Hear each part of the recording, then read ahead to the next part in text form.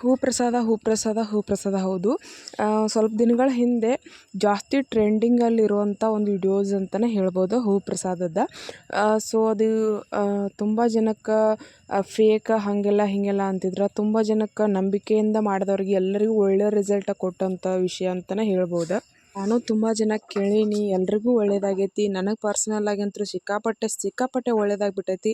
ಅದರದ್ದು all video ಎಷ್ಟು ಬೇರೆದವ್ರಿಗೆ ಯಾರ್ಯಾರಿಗೆ ಒಳ್ಳೇದಾಗೈತಿ ಎಲ್ಲ ವಿಡಿಯೋಸನ್ನ ಆಲ್ರೆಡಿ ನನ್ನರ ಇರೋ ಒಂದು ಏನು ಪ್ಲೇಲಿಸ್ಟ್ ಒಳಗೆ ಆಲ್ಮೋಸ್ಟ್ ಎಲ್ಲ ವಿಡಿಯೋ ಅದಾವ.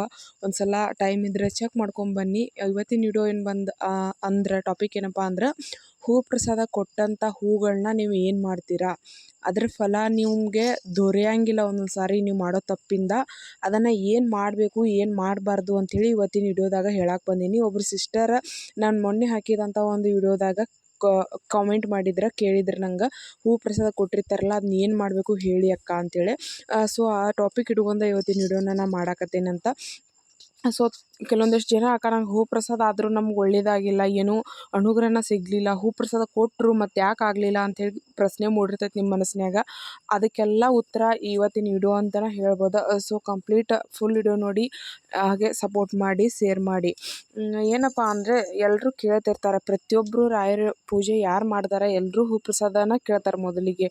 ಅಂದ್ರೆ ಒಂದು ನಂಬಿಕೆ ಅದು, ಹೂ ಕೊಟ್ಟರೆ ಪೂಜೆ ಮಾಡಿದ್ರೇ ನಿಮ್ಮ ಕೆಲಸಗಳು ಸಕ್ಸಸ್ ಆಗ್ತಾವೆ. ಅದ್ರಾಗ ಹೂ ಅನ್ನೋದೊಂದು ಪ್ರಸಾದ ಅನ್ನೋದೊಂದು ಕೊಡ್ತಾರೆ ಅಂದಾಗ ಅದ್ರ ಮ್ಯಾಗ ಡಬಲ್ ನಂಬಿಕೆ ಹುಡ್ತೈತೆ ನಿಮಗೆ, ನಮ್ಮ ಕೆಲಸ ಆಗೇ ಆಗತ್ತೆ ಅನ್ನೋ ಒಂದು ಭರವಸೆ ಅದು ಹೂ ಪ್ರಸಾದ ಅಂದರೆ. ಸೊ ಅದನ್ನ ಕೊಟ್ಟಾಗ ಒಂದಿಷ್ಟು ಜನ ತೊಗೊಂಡು ಒಬ್ಬರು ಮುಡ್ಕೋತಾರೆ ತಲೆಯಲ್ಲಿ. ದೇವ್ರ ಗುಡಿಯಲ್ಲಿ ಮಠದಲ್ಲಿ ಏನಾದರೂ ಕೊಟ್ಟಿದ್ರೆ ಅದನ್ನ ಮುಡ್ಕೋತಾರೆ. ಒಬ್ಬೊಬ್ರು ಇಟ್ಕೊಂಡು ಬಂದು ಜೋಪಾನ ಮಾಡಿ ಬ್ಯಾಗಲ್ಲೇ ಇಟ್ಕೋತಾರೆ. ಕೆಲವೊಂದಿಷ್ಟು ಜನ ಬಿಸಾಕ್ತಾರೆ.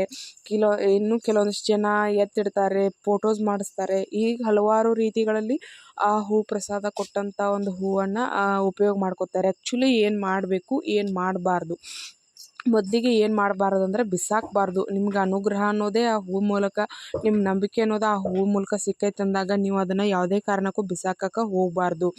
ಒಂದು ಕೊಟ್ಟಂಥ ಹೂ ಒಂದು ಭಕ್ತಿಪೂರ್ವಕ ಒಂದು ಆಶೀರ್ವಾದ ಒಂದು ನಿಮಗೆ ಸಿಕ್ಕೈತೆ ಅಂದ ಬಳಿಕ ಅದನ್ನು ನೀವು ಬಿಸಾಕಿದ್ರೆ ರಾಯರಿಗೆ ಅವಮಾನ ಮಾಡಿದಂತೆ.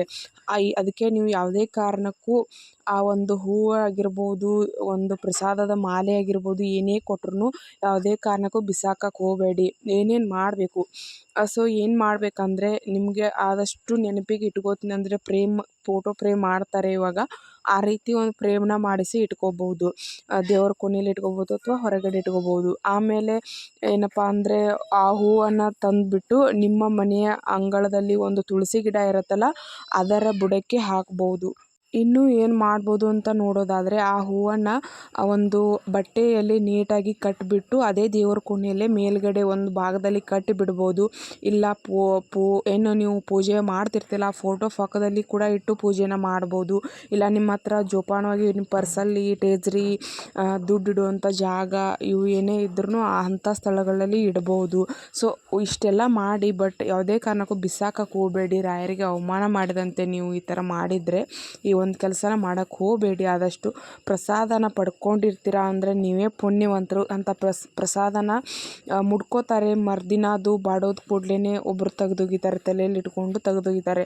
ಅವಾಗೂ ಕೂಡ ನೀವು ಅದನ್ನು ನೀವು ಒಂದು ಹಚ್ಚಿರುವಂಥ ಗಿಡ, ಸಸಿ ಏನಿರುತ್ತಲ್ಲ, ಗುಲಾಬಿ ಹೂ ಆಗಿರ್ಬೋದು, ಮನಿ ಪ್ಲ್ಯಾಂಟ್ಸ್, ಇನ್ನಿತರ ಹೂಗಳಾಗಿರ್ಬೋದು, ಅವುಗಳ ಬುಡಕ್ಕೆ ಕೆದರಿಬಿಟ್ಟು ಮಣ್ಣಲ್ಲಿ ಹೂತಾಕಿ ಅದು ಯಾರೂ ತುಳಿದೇ ಇರೋವಂಥ ಜಾಗದಲ್ಲಿ ಮಾತ್ರ ಈ ಥರ ಒಳ್ಳೆಯ ಗೌರವಪೂರ್ವಕವಾದ ಕೆಲಸಗಳನ್ನ ಮಾಡಿ, ಆ ಕೊಟ್ಟಿರುವಂಥ ಪ್ರಸಾದ ಮತ್ತು ರಾಯರ ಫೋಟೋಯಿಂದ ತೆಗೆದಿರ್ತಿರೋ ಹೂಗಳನ್ನು ಯಾವುದೇ ಕಾರಣಕ್ಕೂ ಫೋಟೋ ಪೂಜೆ ಮಾಡ್ಬೇಕಾದ್ರೆ ಏರಿಸಿರುವಂಥ ತುಳಸಿ ಹಾರ ಹೂಗಳನ್ನು ಕೂಡ ಯಾವುದೇ ಕಾರಣಕ್ಕೂ ಯಾರಾದರೂ ತುಳಿಯೋ ಜಾಗದಲ್ಲಿ ಮತ್ತು ತಿರುಗಾಡೋ ಜಾಗದಲ್ಲಿ, ರಸ್ತೆ ಬದೀಲಿ ಯಾವುದೇ ಕಾರಣಕ್ಕೂ ಮತ್ತು ಏನು ಕಸದ ತೊಟ್ಟಿಲಿ ಹಾಕಕ್ಕೆ ಹೋಗಬಾರ್ದು.